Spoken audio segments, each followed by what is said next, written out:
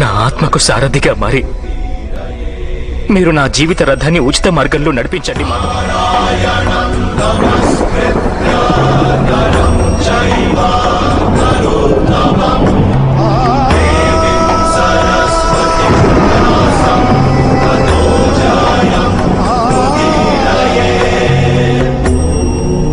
నేనేమి తెలుసుకుంటే నా దౌర్బల్యాన్ని వదిలిపెట్టగలనో చెప్పండి.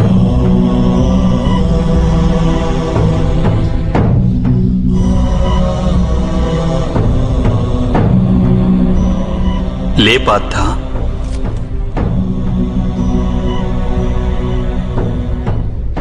శ్రద్ధగా విను. జీవిత రహస్యాన్ని తెలుసుకో. లోకం యొక్క వాస్తవిక రూపాన్ని అర్థం చేసుకో. గంగా ప్రవాహంలో పిడికిలిని ముంచి వెలికి తీసినచో నీకు ఏదీ ప్రాప్తించదు. కాని అరచేతులతో దోసిలి పట్టి గంగా ప్రవాహంలో ముంచితే ఆ గంగా జలంతో నీ జీవితం పావనమవుతుంది. పరబ్రహ్మం విభాజన చెంది పురుషుడు ప్రకృతి ఉద్భవించాయి. అప్పుడు పురుషుడు అంటే పరమాత్ముని అంశ ఆత్మగా మారి ప్రకృతిలోని ప్రతి వస్తువులోనూ నివసించడం జరిగింది. ఆ ఆత్మను మోహం, అంధకారం ఆవరించాయి పార్థ. ఆ మోహ నిద్ర నుండి జాగృతమై తనని తాను పరమాత్ముని అంశగా తెలుసుకోవడమే ఆత్మ యొక్క కర్తవ్యం, ఉద్దేశ్యం. అదే జీవన కార్యం. కాని మాధవ, ఒకవేళ ప్రతి ఆత్మ పరమాత్మ అంశ అయితే మరి ఉన్నతి అధోగతి స్వయంగా పరమాత్మే చేస్తున్నాడా? బురదలో పడిన రత్నం ఏ విధంగా ప్రకాశించదో అదే విధంగా ప్రకృతిలోని 24 పదార్థాల నుండి వేరైన ఆత్మ అది ఒక పరమాత్మ అంశే అనే సత్యాన్ని విస్మరిస్తుంది. ఆత్మలు ఎక్కువ శాతం తమ దేహాన్నే సర్వస్వంగా భావిస్తాయి. తాము దేహానికి భిన్నమని అవి తెలుసుకోలేకపోతాయి. శరీరానికి కలిగే సుఖం, దుఃఖం, రుచి, వాసన ఇత్యాది అనుభవాలను అవి తమ అనుభవాలని భావిస్తుంటాయి. అసలు మార్పు కోసం ప్రయత్నం కూడా చేయవు.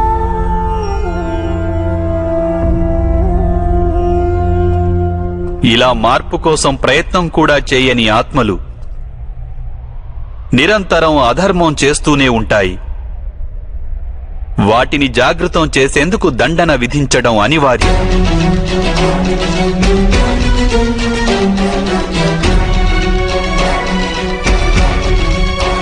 నీవు ఇది తెలుసుకో పార్థ.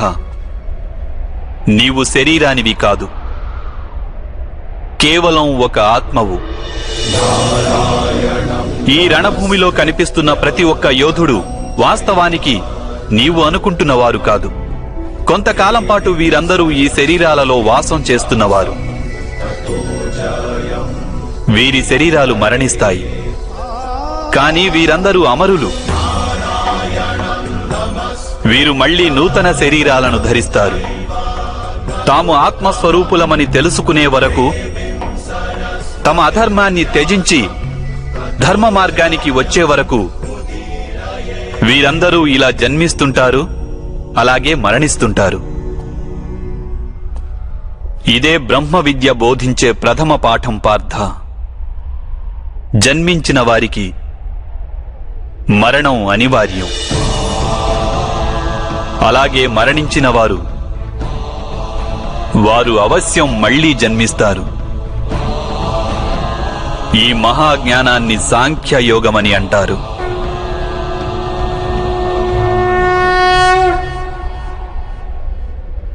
ధర్మం, అధర్మం అంటే ఏమిటి మాధవ?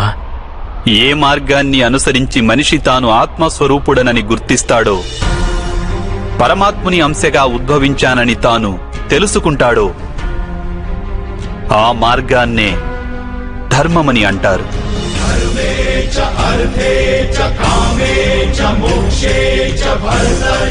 ఎప్పుడు మనిషి తనను తాను పరమాత్మ స్వరూపునిగా అర్థం చేసుకుంటాడో అప్పుడు సృష్టియే పరమాత్మయని, పరమాత్మయే సృష్టి అని వానికి అనుభవగతం కాగలదు. సృష్టికి పరమాత్మకు ఏ భేదమూ లేదు.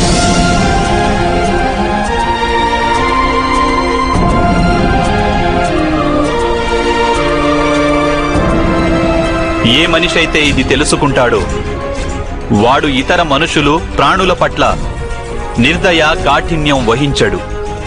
వానికి ఇది తెలుసు, జిహ్వను ఖండిస్తే బాధ కేవలం జిహ్వకే ఉండదు, దాని అనుభూతి శరీరమంతటికీ ఉంటుంది. అదేవిధంగా ఒక మనిషికి బాధ కలిగితే సమస్త లోకము ఆ బాధను అనుభవించి తీరుతుంది. ఈ లోకంలో ఏ ఒక్క మనిషి బాధను అనుభవిస్తున్నా ఈ ప్రపంచంలో ఏ ఒక్కరూ సంపూర్ణ సుఖాన్ని అనుభవించలేరు. కరుణతో నిండిన మనస్సు ఏ కార్యమైతే చేయాలనుకుంటుందో దానినే ధర్మమంటారు. అంటే అధర్మం అనేది అజ్ఞానానికి మారుపేరా? అయితే మరి అజ్ఞానుల పట్ల దయ చూపడం అవసరం కదా? దండించడంలో అర్థమేమిటి?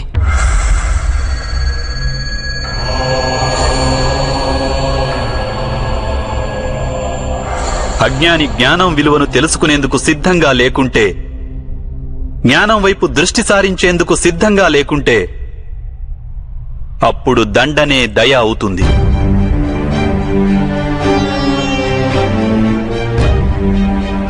వాని పట్లనే కాదు, ఇతరుల పట్ల కూడా అవుతుంది.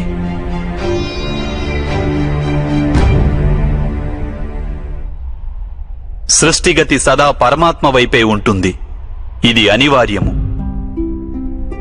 కాని అప్పుడప్పుడు ఒక దుస్థితి ఉత్పన్నమవుతుంది. అజ్ఞానం, మోహం, అధర్మం పెరిగిపోతుంటాయి. లోకంలో ధర్మం లుప్తమవుతుందన్న భయం ఉత్పన్నమవుతుంది. లోకంలో ధర్మం లుప్తమైపోయినప్పుడు కరుణ నశించిపోతుంది, అదేవిధంగా సత్యం కూడా నశించిపోతుంది. రానున్న తరాలకు ధర్మం ప్రాప్తించాలంటే ఈరోజే అధర్మాన్ని నాశనం చేసి ధర్మాన్ని పునఃస్థాపించడం అనివార్యము పార్థ.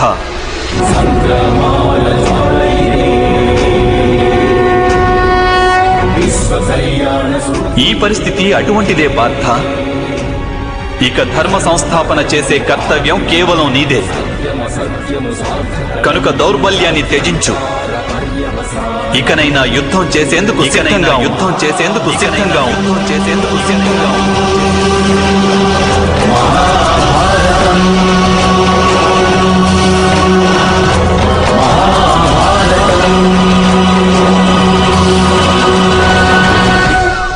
మరి నా చేతులలో హత్యలు జరుగుతాయి మాధవ.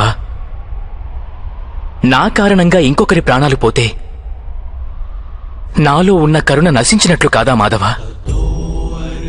అయినా ఒకవేళ ధర్మానికి ఆధారం కరుణ అయితే మరి నా ఆత్మకు కర్మబంధం ఏర్పడదా?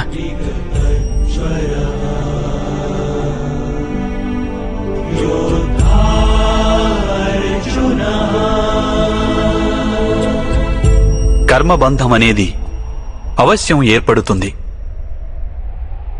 కానీ కార్యబంధం ఏర్పడే అవకాశం లేదు పార్థ. నీవు కర్మకు, కార్యానికి మధ్య ఉన్న భేదమేమిటో తెలుసుకోవడం అవసరం. అన్ని కర్మలు కార్యాలే, కాని అన్ని కార్యాలు కర్మలు కావు. కర్మ అనే కార్యమేమిటంటే దానికి ఫలితం అనే ఆశ తోడై ఉంటుంది. మనిషి ఎప్పుడూ సుఖానికై, సంపదకై, ప్రశంసకై ఆశించి కనుక ఒక కార్యం చేస్తే వాడు ఆ కార్య ఫలితానికి బద్ధుడవుతాడు. ఎప్పుడైతే కర్మను, ఫలితాన్ని ఆశించి చేస్తారో దానిని సకామ కర్మయోగం అంటారు. ఎప్పుడైతే కర్మను, ఫలితాన్ని ఆశించకుండా చేస్తారో దానిని నిష్కామ కర్మయోగం అంటారు. ఈ కారణంగానే మనిషి మళ్లీ మళ్లీ జన్మించవలసి వస్తుంది. వాస్తవానికి మనిషిని ఏ కర్మ బంధించదు. ఆ కర్మకు తోడైన ఆశలే వానిని బంధిస్తాయి. ఏ విధంగా మాధవ? ఈ యుద్ధంలో గెలవాలన్న కోరిక నీకుంటే అందులో పరాజితుడవైతే నీకు దుర్భరమైన దుఃఖం కలుగుతుంది. ఆ దుఃఖం నీ చేత ఇతర కార్యాలు చేయిస్తుంది. దానివలన నీవు మళ్లీ జన్మించవలసి వస్తుంది. యుద్ధంలో నీవు విజయుడవైతే నీలో అహంకారం పెరుగుతుంది. ఆ అహంకారం నిన్ను విశ్వవిజేతవు కమ్మని ప్రేరేపిస్తుంది. నీ చేత హత్యలు చేయిస్తుంది. ఆ పాపం నిన్ను బంధిస్తుంది. ఆలోచించు.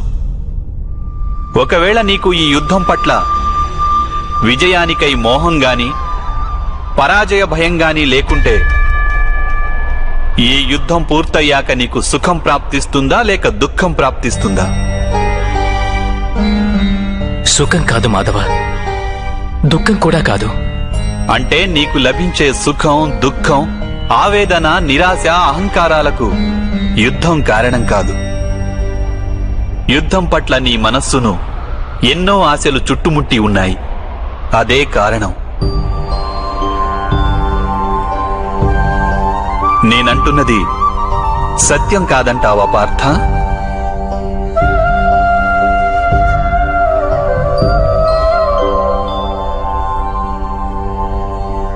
సుఖ దుఃఖే సమే కృత్వా లాభాలాభౌ జయాజయౌ తతో యుద్ధాయ యుజ్యస్వ నైవం పాప మవాప్స్యసి.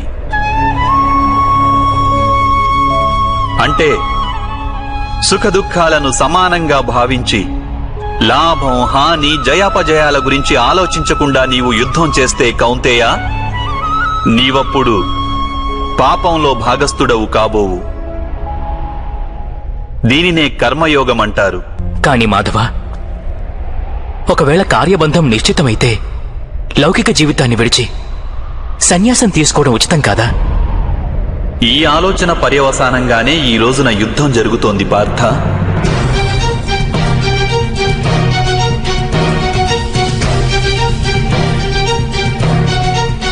ఆలోచించు. ఎప్పుడైతే సత్వగుణం కలిగి ధర్మాన్ని తెలుసుకున్న వారు కర్మలను త్యాగం చేస్తారో అప్పుడు అధర్మ మనస్కులైన వారే ఈ లోకంలో రాజ్యం చేస్తారు.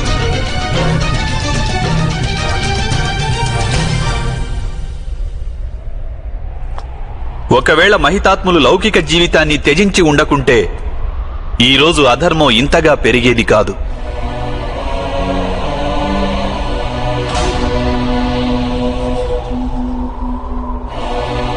అలాగే మీ పితృదేవులు ఆనాడు సన్యసించి ఉండకుంటే ఈరోజు బావ యుధిష్ఠిరుడు సుఖంగా రాజ్యం చేస్తుండేవాడు.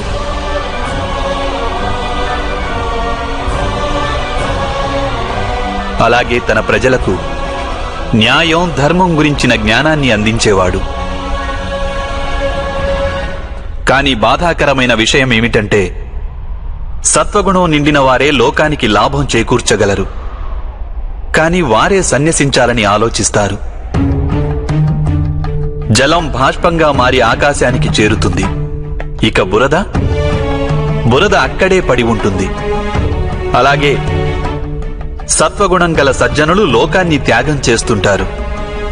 ఇక తమస్సులో ఉన్న అధర్మపరులు లోకంలోని కార్యాలు చేస్తుంటారు. ఈ కారణంగానే లోకంలో పాపం, అధర్మం పెరుగుతుంటాయి.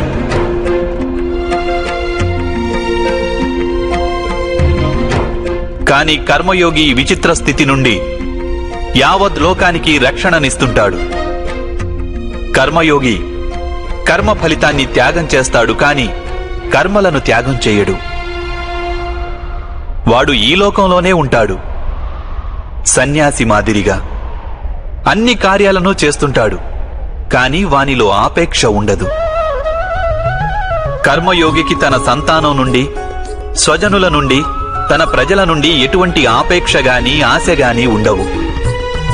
స్వయంగా ఒక సన్యాసిగా అనుభూతి చెందుతాడు. కాని సమాజానికి సంసారి మాదిరిగా లాభం చేకూరుస్తాడు.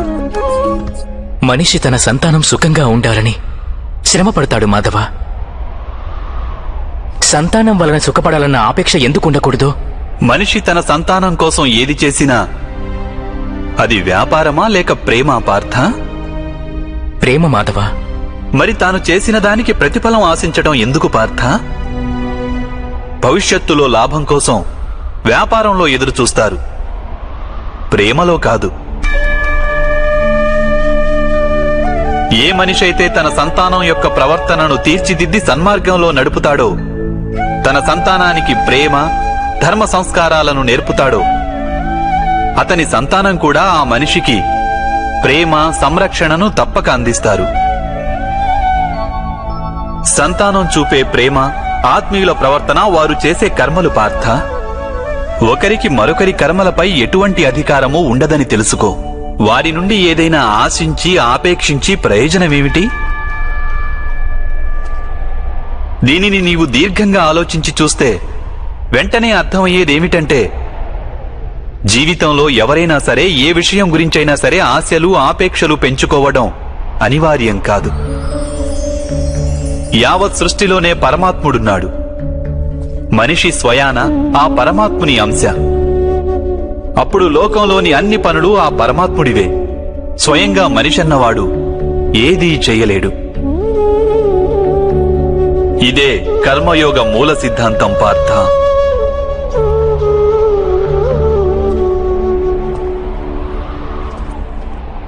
ఇప్పుడు నీవు కూడా కర్మయోగిగా మారి ఈ యుద్ధం చెయ్యక తప్పదు పార్థ. త్రైగుణ్య విషయా వేద నిస్త్రైగుణ్యో భవార్జున నిర్ద్వంద్వో నిత్య సత్వస్థో నిర్యోగ క్షేమ ఆత్మవాన్. 3 గుణాలను త్యజించి నిర్గుణుడివి అయిపో పార్థ. ద్వంద్వ ప్రవృత్తి నుండి ముక్తి లభిస్తుంది. సత్వగుణంతో విరాజిల్లుతూ పరమాత్మునిపై మనస్సును లగ్నం చేసి నీ కర్తవ్యాన్ని నిర్వహిస్తూ ఉండు. నేను నా బుద్ధిని పరమాత్మపై స్థిరంగా ఉంచి కర్మయోగిగా మారేందుకు మార్గమేమిటి మాధవ? పార్థ, సాంఖ్యయోగం వలన మనిషి పరమాత్మను నిరంతరం స్మరిస్తూ ఉంటాడు. పరమాత్మను స్మరించడం వలన మనిషి మనసులో అంకిత భావం ఉత్పన్నమవుతుంది. అటువంటి భావాన్ని భక్తి అని అంటారు. భక్తి వలన మనిషికి సత్య అసత్యాల జ్ఞానం లభిస్తుంది. ఆ జ్ఞానం వలన వాడు పరమాత్మను దర్శించగలుగుతాడు. అలా ఎవరైతే పరమాత్మను దర్శించగలుగుతారో వారే వాస్తవమైన కర్మయోగిగా మారగలరు. జన్మల పరంపర నుండి విముక్తి చెంది మోక్షాన్ని పొందగలుగుతారు. ఆత్మలన్నింటికీ అంతిమ లక్ష్యం అదే. ధర్మం యొక్క అంతిమ చరణం కూడా అదే. కానీ నేను పరమాత్మను దర్శించకుండా అంకిత భావం ఎలా వ్యక్తం చేయగలను మాధవ? ఈ సృష్టియే పరమాత్మ, పరమాత్మయే సర్వస్వం. పరమాత్మ కానిదంటూ ఇంకేమీ లేదు. ఎవరు తమ ఆత్మను దర్శించగలుగుతారో వారే పరమాత్మను దర్శించగలుగుతారు. ఏ విధంగా ఉప్పులోని ఒక కణానికున్న రుచి మహాసముద్రపు నీటి రుచికి భిన్నమైనది కాదో, అదేవిధంగా నీ ఆత్మను నీవు దర్శించడం పరమాత్మ దర్శనానికి భిన్నమైనది కాదు.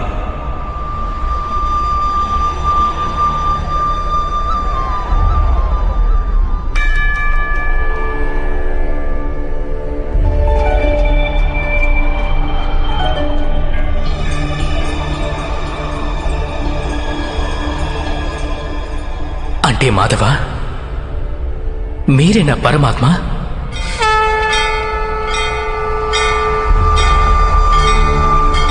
అవును పార్థ, నేను పరమాత్మను. నీవు కూడా పరమాత్మవే పార్థ. కానీ నీవు ఇప్పటికీ జాగృతం కాలేదు. నేను ఈ రహస్యాన్ని తెలుసుకున్నాను. ధర్మస్య తదాత్మానం సృజామ్యహం అయితే మాధవ, మీ పట్ల అంకిత భావం ఉంటే ఈశ్వరుని పట్ల అంకిత భావం ఉన్నట్లే కదా? అవశ్యం. నా పట్ల ఉన్న అంకిత భావమే పరమాత్మ పట్ల అంకిత భావం. సర్వధర్మాన్ పరిత్యజ్య మామేకం శరణం వ్రజ. సర్వ జగతిని త్యాగం చేసి కేవలం నన్నే ఆశ్రయించు పార్థ.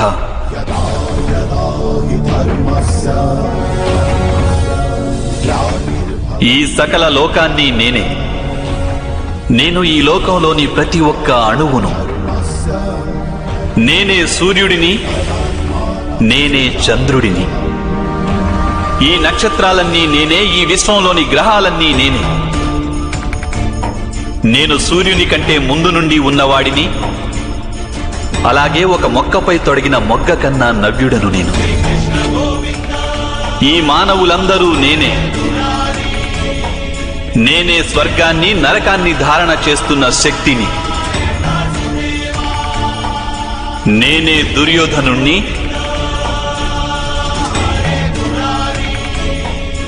అలాగే అర్జునుడిని కూడా నేనే.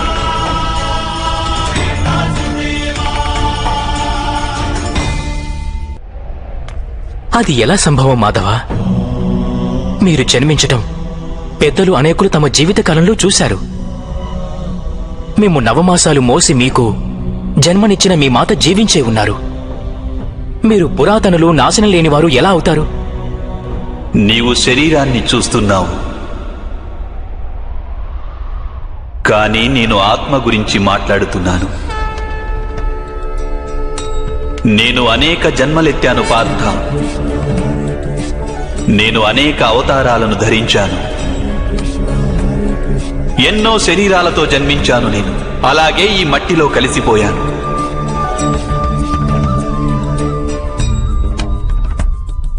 ఇక ముందు కూడా నేను పదే పదే జన్మిస్తుంటాను.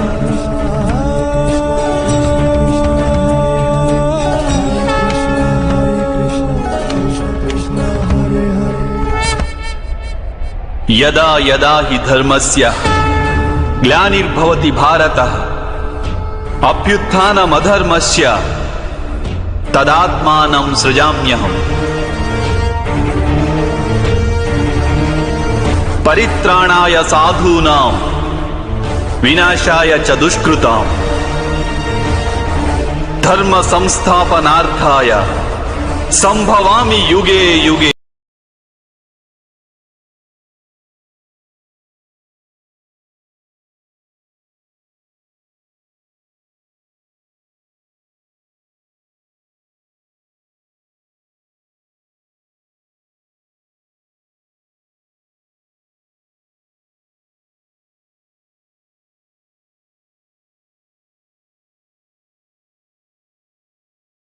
జరుగుతుందో, ఎప్పుడెప్పుడు అధర్మం వృద్ధి చెందుతుందో అప్పుడప్పుడు సత్పురుషులను ఉద్ధరించేందుకు, అధర్మపరుల వినాశనానికి, ధర్మాన్ని పునఃస్థాపించేందుకై నేను జన్మిస్తుంటాను. ఇది ప్రతి యుగంలోనూ జరుగుతూ వచ్చింది. అలాగే ఇక ముందు కూడా జరుగుతూనే ఉంటుంది. నేనే నాశనం లేని పరమాత్మను. నేనే మత్స్యావతారాన్ని, నేనే వామనావతారాన్ని, నేనే పరశురాముణ్ణి, నేనే రామావతారాన్ని కూడా.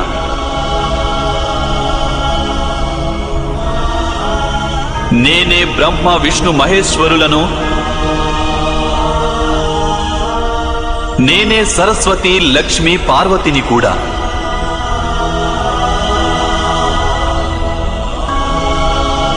నేను పురుషుడను కాను, స్త్రీని కాను, నపుంసకుడిని కాను. నేను శరీరాన్ని కాను, శరీర అవయవాలను కాను. నేను జ్ఞానాన్ని, సృష్టిని, చైతన్యాన్ని. నేను పరబ్రహ్మను. నేనే సర్వస్వాన్ని. అలాగే నేను ఏమీ కాను.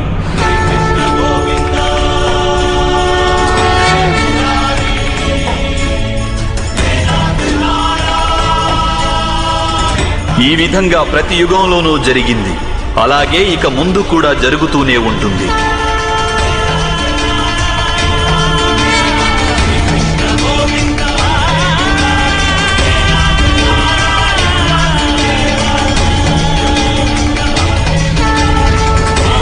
ఎప్పుడు నీవు ఆత్మజ్ఞానాన్ని పొందుతావో పార్థ, అప్పుడే నీవు నాలో ఐక్యం కాగలవు. స్వయంగా నీవు కూడా నా మాదిరిగా నిన్ను నీవు పరమాత్మ స్వరూపంగా గుర్తించగలవు. కానీ నీవు ఆ పదాన్ని చేరుకునేందుకు నా పట్ల సంపూర్ణ అంకిత భావం అనివార్యం కావాలి. అంకిత భావం అంటే ఏమిటి మాధవ? అంకిత భావం అనేది ఒక మానసిక స్థితి పేరు. అప్పుడు మనిషి తన సంకల్పాలన్నింటినీ త్యాగం చేస్తాడు. స్వయంగా ఏ విధమైన నిర్ణయాన్ని గాని లేక ప్రతిజ్ఞని కాని తీసుకోడు. ఏ విధమైన పనులు వానికి నిర్దేశించారో ఆ విధమైన పనులే చేస్తుంటాడు. వాస్తవానికి అంకిత భావానికి అర్థమేమిటంటే, తమను తాము, తమ మనస్సును, బుద్ధిని, జ్ఞానాన్ని, ఇచ్ఛలను, ఆశలను, మనసులోని భావనలను, తమ సర్వస్వాన్ని ఇంకొకరికి అర్పించడమే. ఇటువంటి అంకిత భావాన్ని భక్తి అని అంటారు.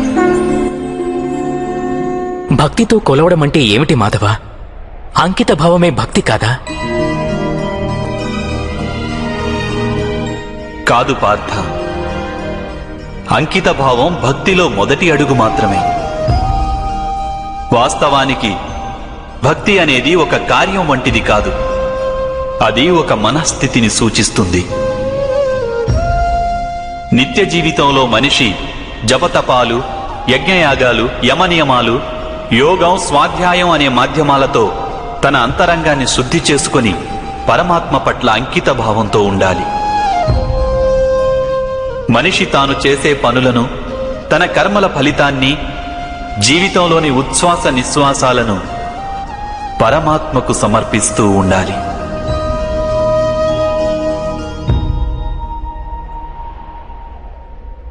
భక్తి కేవలం మనస్థితి అయితే జపాలు, తపాలు ఇత్యాదుల అవసరమేమిటి మాధవ?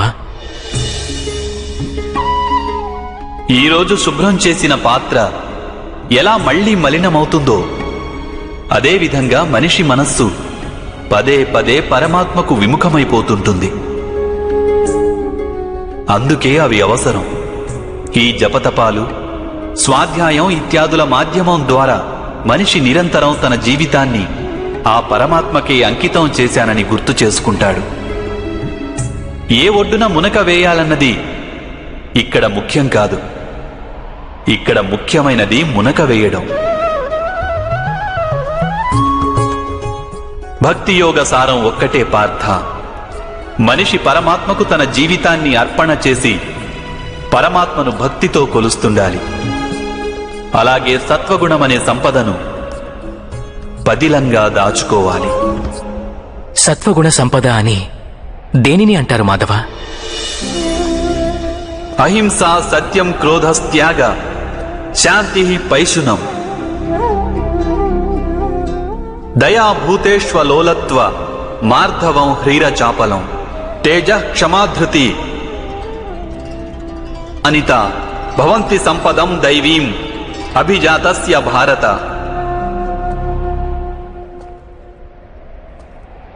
అకారణంగా సదా స్వార్థం కోసం హింసను చేయడం అధర్మం పార్థ. వాస్తవానికి అహింసయే పరమధర్మము. అహింసతో పాటు సత్యం, క్రోధం వహించకుండడం, త్యాగం, మనశ్శాంతి, నిందించకుండడం, దయాభావం, సుఖానికి ఆకర్షితుడు కాకుండడం, అకారణంగా ఏ కార్యము చెయ్యకుండడం, తేజం, క్షమ, ధైర్యం, శరీర శుభ్రత, ధర్మానికి ద్రోహం చెయ్యకుండడం, అహంకారం లేకుండా ఉండడం, ఈ గుణాలన్నింటినీ సత్వగుణ సంపద లేక దైవీక సంపదలని అంటారు. వీటి వలననే మనిషి పరమాత్మను అంటే నన్ను భక్తితో కొలుస్తాడు, తన జీవిత కర్తవ్యాన్ని నిర్వహిస్తాడు, ధర్మ సంస్థాపన చేయగలడు, అలాగే కర్మఫలానికై ఆశను త్యాగం చేసి జీవిస్తాడు. వానికి నేను నిస్సందేహంగా ఈ జన్మలో ఆనందాన్ని అందిస్తాను, మరణించిన పిమ్మట వానిని నాలో ఐక్యం చేసుకుంటాను.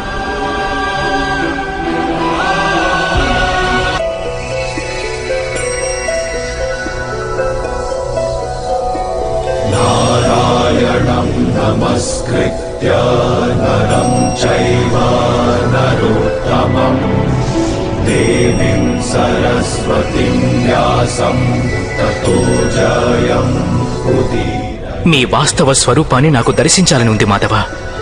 నారాయణం నమస్కృత్య తమరి శక్తి, చైవ తమ జ్ఞానం, తేజం, ఐశ్వర్యంతో కూడిన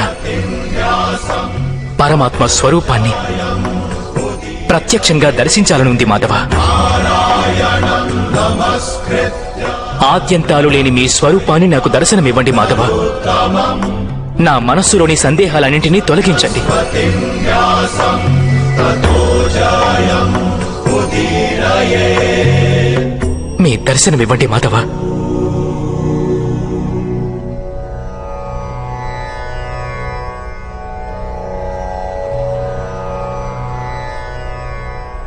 దర్శించు పార్థ,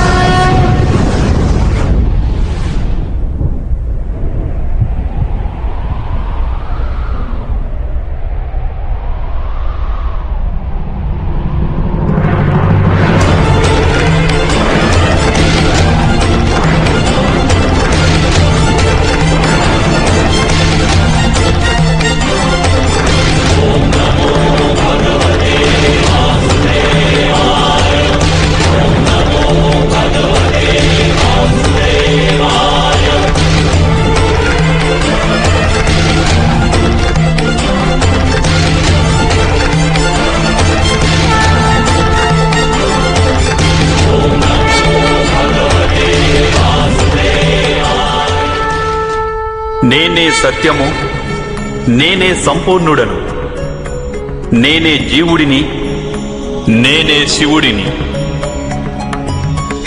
అక్షరాలలో అకారాన్ని, వేదాలలో సామవేదాన్ని, దేవతలలో ఇంద్రుడిని, ప్రాణులలోని చైతన్యాన్ని, యక్షులలో కుబేరుడిని, రుద్రులలో శంకరుడిని, వసువులలో అగ్నిని, పర్వతాలలో సుమేరుడిని, అలాగే ఋషులలో భృగువును, ధ్వనులలో ఓంకారాన్ని, యజ్ఞాలలో జపాన్ని, వృక్షాలలో అశ్వత్థ వృక్షాన్ని, బుద్ధిలోని స్మృతి, మేధ, ధృతి, అలాగే క్షమ నేనే అయి ఉన్నాను. కీర్తిని నేనై ఉన్నాను. గంధర్వులలో చిత్రరథుడను, దేవర్షులలో నారదుడిని, నేను మునులలో కపిలుడిని. అశ్వములలో ఉచ్చైశ్వాన్ని, ఏనుగులలో ఐరావతాన్ని, పశువులలో సింహాన్ని, పక్షులలో గరుడుణ్ణి, మనుష్యులలో రారాజును, శస్త్రాలలో వజ్రాన్ని, గోవులలో కామధేనువును, సర్పాలలో వాసుకిని, శేషనాగును, యమరాజును, వరుణదేవుడిని, అలాగే వాయువును కూడా నేనే అయి ఉన్నాను. శ్రీరామచంద్రుడిని, పవిత్ర గంగా నదిని, సృష్టిలో ఆది మధ్యాంతములను నేనే అయి ఉన్నాను. బ్రహ్మ విద్యను, మహాకాలుడిని, అలాగే బ్రహ్మను, ప్రభావాన్ని, విజయాన్ని, సత్వాన్ని, నిశ్చయుడిని, దండన, శక్తి, నీతి, మౌనం, అలాగే తత్వజ్ఞానాన్ని కూడా నేనే అయి ఉన్నాను. వాసుదేవుడను, అర్జునుడను, వేదవ్యాసుడను, నేను కానిదంటూ వేరొకటి లేనే లేదు. విశ్వంలో నేను లేని స్థానం అన్నది ఏదీ లేదు. నేనే కాలాన్ని, అలాగే నేనే జీవితాన్ని, మృత్యువును కూడా. ఇక్కడికి వచ్చిన వీరందరికీ మృత్యువుగా మారి నిలిచి ఉన్నాను.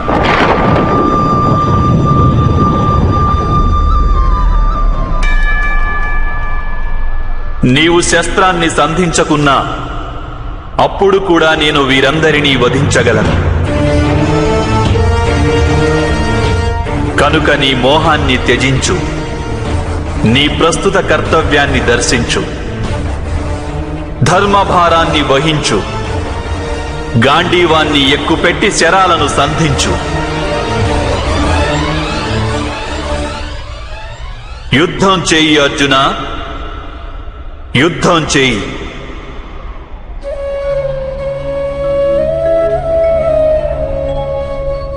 హే మాధవ, హే మధుసూదన, ఈ రోజు నా మనసులోని సందేహాలన్నీ నశించాయి. కృపతో మీరు మనుష్య రూపాన్ని ధరించండి. మీ ప్రతి ఆదేశాన్ని నేను శిరసావహిస్తాను. కరిష్యే వచనం తవ.